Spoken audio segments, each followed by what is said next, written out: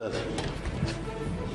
has been a long pending demand from EPS 95 pensioners to raise their meager pension amount of 1,000 rupees per month. Sir, in 2012, the Kosari committee has recommended to hike the pension to a minimum of 3,000 rupees.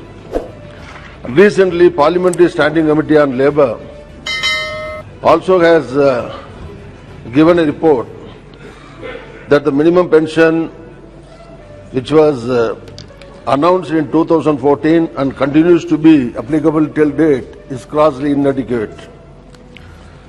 And rupees 1,000 is reportedly not being given to many pensioners owing to various reasons, and sometimes the pension amount is as low as 460, something like that.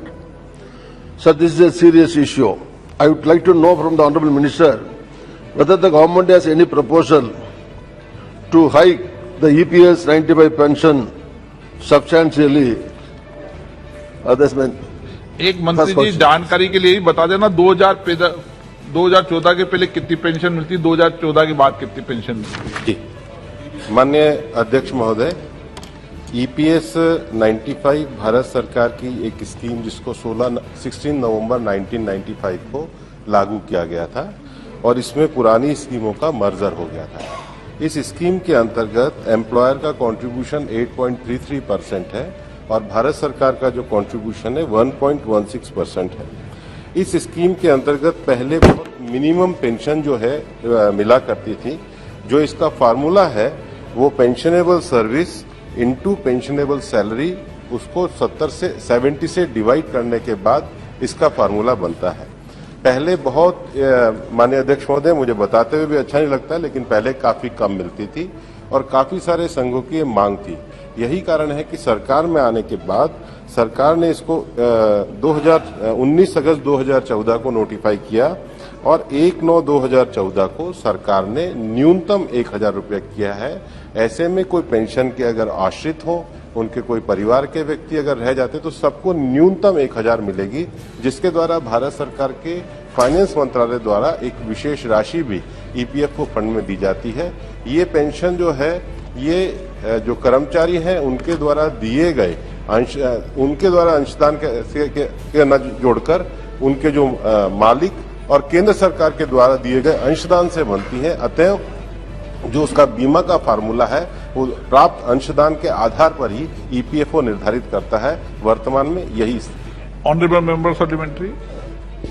Sir, if the amount is not distributed in the proper time, whether it will be given with interest, number one.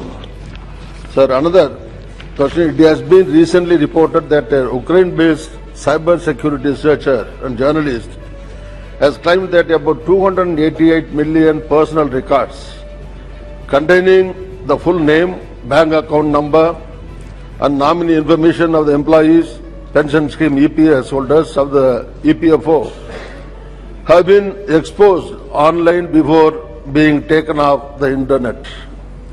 I think if it is true, it's a very serious issue which requires to be investigated and raise serious questions regarding the effectiveness of the system of EPFO to protect the user data. I would like to know from the Honourable Minister whether it is true and what are the steps taken by the government, whether any investigation is done and what is the result of the investigation. माननीय अध्यक्ष महोदय, दो प्रश्न पूछे गए हैं। पहला कि ईपीएफओ फंड के द्वारा और हमारी सरकार के द्वारा डाटा के प्रोटेक्शन के लिए क्या किया जा रहा है।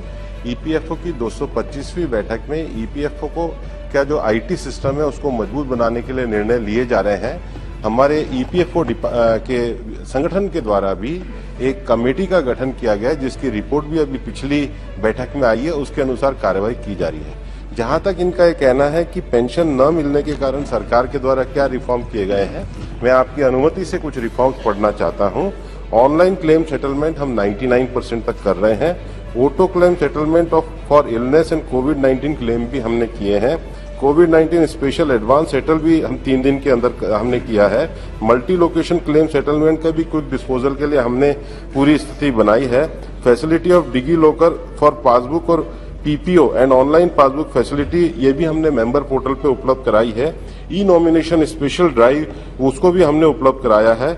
उमंग और खास करके जो शिकायत आती हैं जिसको पीएम ग्रीवेंस के माध्यम से हमने ईपीएफआई जीएमएस और उमंग ऐप के साथ जोड़ा है। लगभग 3000 के करीब शिकायतें आती हैं, उसका विश्लेषण सीपीएफसी द्वारा किया जाता है और एक मासिक स्तर पर मेरे स्तर पर भी बैठक के माध्यम से किया जाता है ताकि हम उसका कर सकें।